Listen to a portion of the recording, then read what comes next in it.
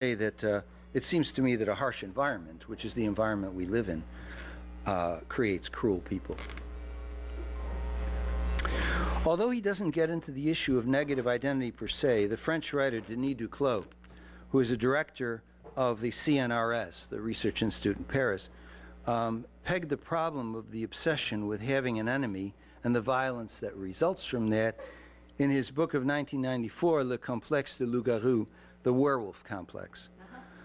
In his epilogue to the 2005 edition, Duclos writes that America is always dependent on a werewolf figure, a dark, savage beast that's out to destroy it. And the beast, he says, changes in content, but the form is always the same. At the center of this, he says, is a terrible fear that Americans have of emptiness, which is an anxiety of not existing. And they disguise this with a hyperactive optimism. Have a nice day. A curious society, he writes, of people who don't know who they really are. Like the Romans, they see themselves under siege, and he says this could finally trigger a fascist populism, which of course we're seeing with the Tea Party. The American fear of the monster, he writes, has always marked its history, whether this exists on the inside or the outside. This leads to isolating the country in a sort of collective psychosis that can only contribute to international instability. In fact, that's how most of the world sees us. A few years ago, there was an international poll that asked the question, which nation do you believe is the greatest threat to world peace? The United States and Israel said Iran, and everybody else said the United States.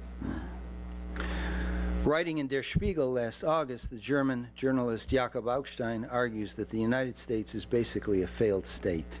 It's not part of the West anymore, and that Europe needs to keep its distance from what is a very different and apparently, his word, insane political culture. There is, he concludes, no deliverance in sight for the U.S. Some time ago, I got an email from a fan who wrote, I just read The Twilight of American Culture and Dark Ages America. I want to thank you for your brilliant and pointless books. Now, I found this comment quite hilarious because I felt the guy was right. The books are pointless in that they have no ability to change anything whatsoever. One wonders why I even bother. You know, really. You know, I got nothing better to do but sit in my study. You know. What does mental health mean in an individual case? It's at least this, that a person knows his or her personal narrative and is able to see it from the outside, and as a result of this transparency, at least try to do something about it. Perhaps the same thing is true of a nation or a civilization, I don't know, but what I know is that there's very little understanding in the United States as to what the underlying narrative is, or even the fact that there is an underlying narrative. This seems to escape most Americans, almost all. There's also very little interest in thinking about national identity or lack of same in anything more than a superficial way, which is provided, for example, by the New York Times. In such a situation, change is simply not possible. The odds that we're going to continue on this unconscious path are overwhelming. We saw it with the 10th anniversary of 9/11. It was still a repeat of this happened from the outside. We didn't do anything. We never, you know, overthrew the regime of Mohammad Mossadegh in 1953 in Iran that led to this endless Islamic resentment of us. Oh no, that had nothing to do with that, you know. In that sense, my work is indeed pointless. I mean, I'm a writer and social critic. I can't stop the plane from crashing. Nobody can. But I'm rather like the engineer who surveys the wreckage and locates the black box and takes it apart and writes up the report, the post-mortem.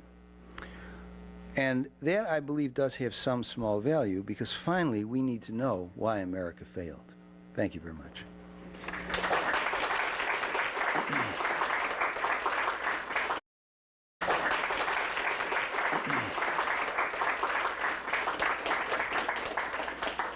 There's a great myth in the United States of the self-made man or person, and this is always held up as, you know, if you're entrepreneurial enough, you can be like Bill Gates or whatever, or God forbid, Oprah Winfrey. The thing is that by 1850, 4% of the New York population owned 50% of the wealth of that city. And so all the studies that have been made are that this lopsidedness of control has been a major feature, and that almost very, very few Americans escape the social class into which they were born. So there's a mythology behind it. The question is, we tend to vilify the enemy, whoever that is. Is there something special about the U.S.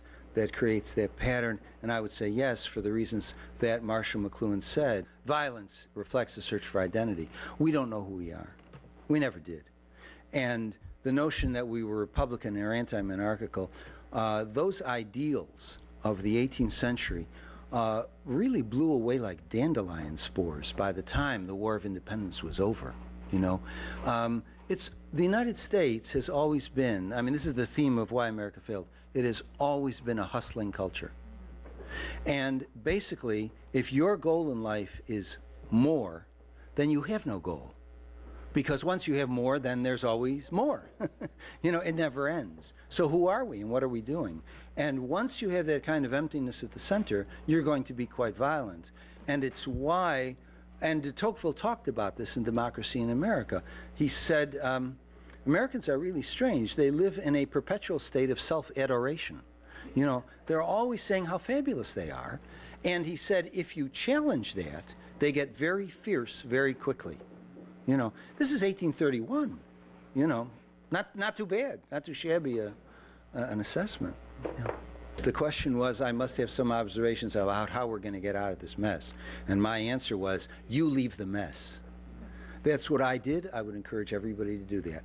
I get letters on my blog regularly, especially from young people. What should I do? And I say, what do you think is waiting for you 30 or 40 years down the line when there's no Social Security, no Medicare, no social safety net whatsoever, and we are making yet another war on some verkackte country on the other side of the planet and spending trillions of dollars to do that, whoever they are, and if we run out of countries, we're going to invade Antarctica and clean up those communistic penguins that are creating problems. There's no end to this. We don't know how to do anything else. And the chance that we have, quite honestly, of turning this around are roughly the chances that we have, or would have, of turning around an aircraft carrier in a bathtub. So, quite frankly, not only is there no way out, but I would recommend you get out. Things will only get worse in the United States, and frankly, they could get very ugly. They could get quite nasty. There are already signs of that. This cruelty that I talked about is quite endemic. And I think that it's not that unusual to think that maybe 10, 15 years from now, a book like this couldn't be sold, couldn't be published. You know, I did submit it to 13, my agent submitted it to 13 publishers, 12 turned it down. 3 of those said, this is too hot for us to handle. They were honest. The rest came up with answers that I had to decode, you know, because they do a little song and dance, you know. But it was either it was too hot to handle, or it was we can't make enough money on this. It's not commercially viable. It was interesting because a number of these that turned it down used adjectives to describe the book like groundbreaking, wonderful was what one publisher said. We're going to pass on it. So you mean if it was less wonderful, then you'd publish it? You know, I should have made it less wonderful, you know. So as time goes on, who knows what's going to happen? The Occupy Wall Street movement is an interesting thing to consider. But the general tendency in the United States as far as revolution goes is that it would occur from the right, not from the left. And I don't think that's too far-fetched and makes me edgy, you know, I have to say. But, you know, I mean, I don't have a crystal ball, you know. The question is, not everybody can leave the United States. What if you do if you're trapped here? What if you do if you can't get out? I did answer that in the first book in the series, The Twilight of American Culture. Yeah, right.